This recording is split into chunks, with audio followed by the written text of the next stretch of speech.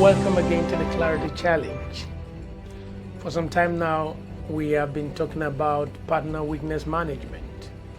And then we began to discuss about, in our last episode, strengths that we need to be able to help with our partner's weaknesses. And then we've talked about the importance of validation, the importance of compassion that breeds patience, and then we've talked about the need for us to think long term by picking our battles. Now today we're going to go straight to a very important aspect, a very important strategy, a very important step that will help us in dealing with our partner's weaknesses, and that is triggers. You need to take note of triggers. Listen, if you are going to overcome even personal weaknesses, triggers are fundamental, they are critical, they are the pivot, they are the engine room. Triggers are the powerhouse that controls weaknesses. Now, what I mean is this: for every weakness, there is something that is triggering it. Also, for every partner that is reacting to their partner's weaknesses when demonstrated, there's also something that triggers them to react unfavorably, thus escalating the situation. So if we are going to nip in the bud, if we are going to control, if we are going to master weaknesses, whether of our weaknesses or those of our partners, then identifying what triggers those weaknesses are critical, profound, important, non-negotiable. Listen, there's always something that makes somebody, there's always something that empowers a weakness. There's always something that kickstarts a weakness. There's always something that prompts a weakness, such that even when over a period of time, someone has not manifested a particular weakness of some sort, you will realize that once that trigger comes around the person, it tends to activate, it tends to resurrect, it tends to bring back to life. So it means that the power of that weakness is trapped within the trigger. So the best thing we can do is to identify the trigger and eliminate, deflate, destroy, or get rid of the trigger. This is so important. Maybe I should take it one step further by saying that triggers are either in a person, in a place, or in a thing.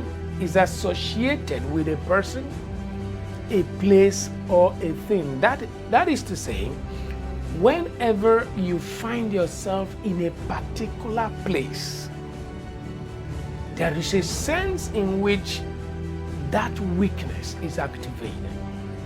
But when you are not in that environment, you seem to be in control. There is a sense in which whenever you are around a particular set of people, that weakness tends to be activated. But when those people are not around, then you seem to be in control. Or there is a sense in which whenever a particular thing is around, then that weakness is activated. And if we're going to control, help ourselves or our partners with the weakness, then we must identify those triggers. Recently, I was handling a class and the question was asked. This boss is the CEO of his company. he has a secretary, and one thing led to the other, and they had sex. They had extramarital affairs, all because of the lack of self-control. It was all the boss's fault that they had that affair, and now the wife gets to know about it, and to remedy the situation, the wife is demanding that that secretary of a person has to be sacked. And now there is a problem. Why should the secretary be sacked? Why should she lose her job? Why should she be the victim? Why should she be the one to pay for the man's lack of self-control, for the man's lack of character or virtue or integrity, whatever? And so the question was asked me in the class, what's my take? What's my response? What's my suggestion? And humorously, I asked the person who asked the question, has the CEO already sacked the lady? He said, not yet, but he just wants to know, why should she be sacked? I said, no, if you have not already sacked her, what is he waiting for? Listen, sacking her is not necessarily to victimize her. No. For me, the question is, does he want his marriage restored? Between the secretary being employed, retaining a position, and restoring the marriage, which by extension preserves the business, what does he prefer? Listen, I told them, I said, listen, as soon as the man has had an affair with that secretary, that same man can be in the midst of other women and has resistance, even if he was a womanizer.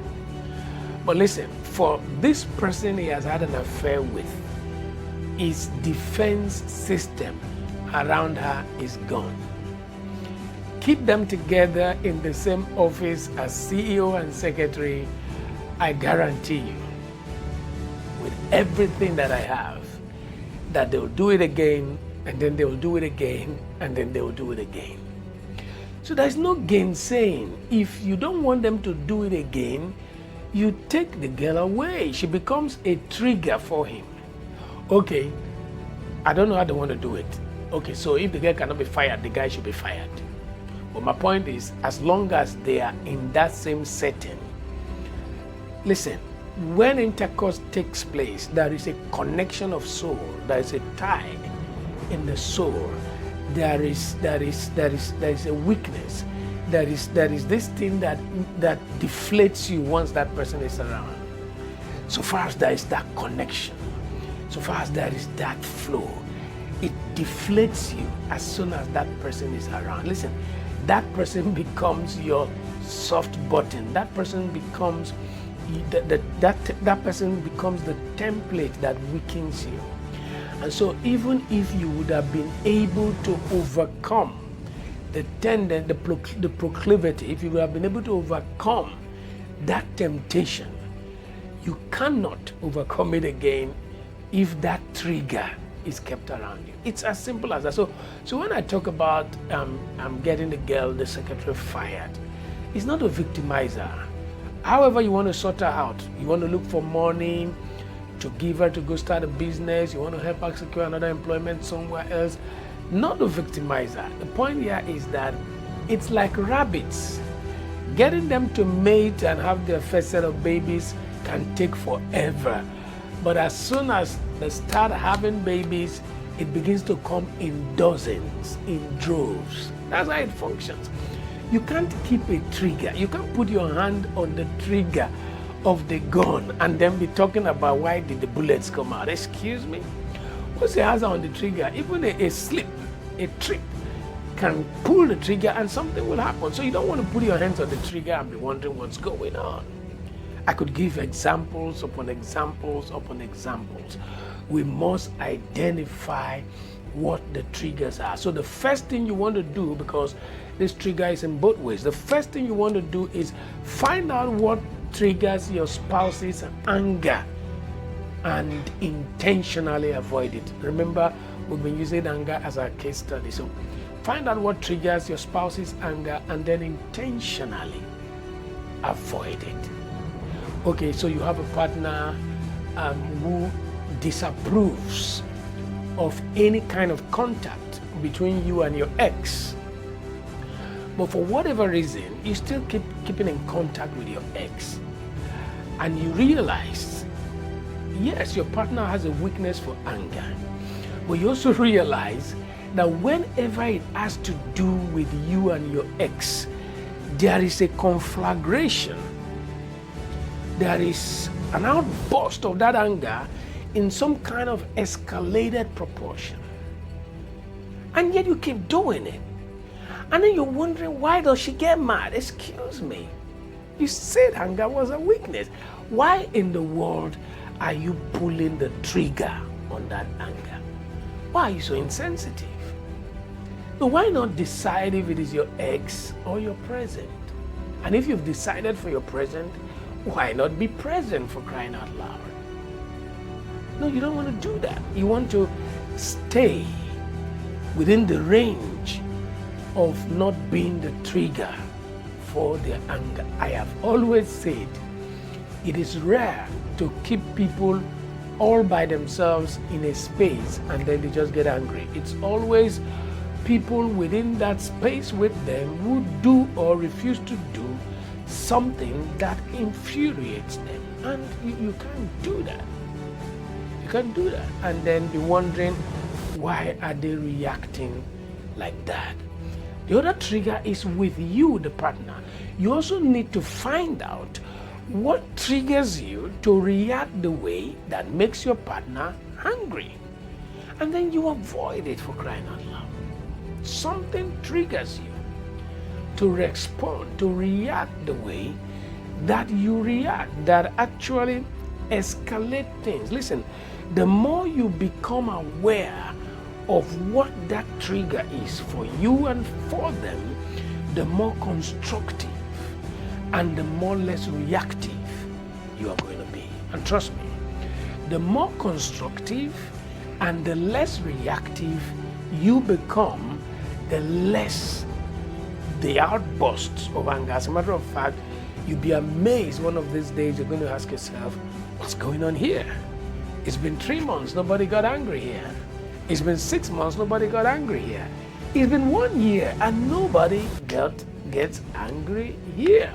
So it's so important that we identify our roles in sparking the fire. This is important. Our roles in escalating an argument and then apologize. That's what you do. Once you've identified what your roles are in causing these explosions over time, it's amazing.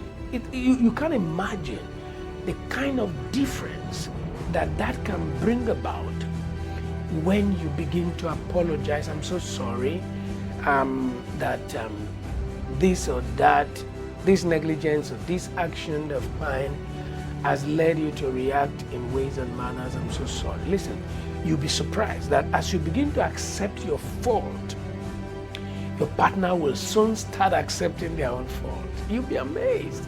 These things are not as complicated as we think. And as soon as you begin to accept your fault, you begin to accept their fault, everybody is going to be better for it. I still say it again and again, and I'm not going to stop saying it. A man has a weakness for women. It's okay that he goes out there to have triggers out there beyond his control. It could be in the office. So this guy goes to the office. He has colleagues in the office that he's developed a weakness for. He could have had stuff with them that has made him to fumble now and then. It's painful. It's not acceptable. But it is also not making sense to me that now this person has a weakness for this, and then the person has to battle all that in the workplace, then come back to the house and be surrounded by those same weaknesses. surrounded by those. Some ladies litter their homes with their girlfriends. And oftentimes I keep wondering, so he messed around with my friend, he messed around with this, he messed around with that. How did he find them? Did he know those friends before he got married to you? Were you the one that brought those friends into the picture? Were you aware that he has a weakness for women? Were you aware that he has a proclivity for being extramarital? Were you aware of all that? So it's enough that he has to battle with all that outside. It's not. It doesn't make sense that he has to come back home and still face it. And the sooner you realize if that is a weakness, that it is something that's going to happen, and you're not going to shout that weakness out of anybody.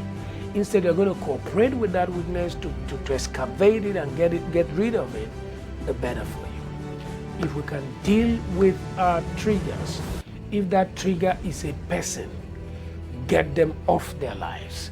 If that trigger is a place, don't let them get to that place. If that trigger is a thing, you want to get rid of that thing with their cooperation, communicating with them, communicate with them, empathize with them, connect with them. You don't just go pick their stuff and throw away. You're going to cause more anger. But you begin to see how you can help them manage with that, with all that we've shared and the things that we shall yet share. I hope that you got some value from today's presentation. I'll see you again. Thank you and out.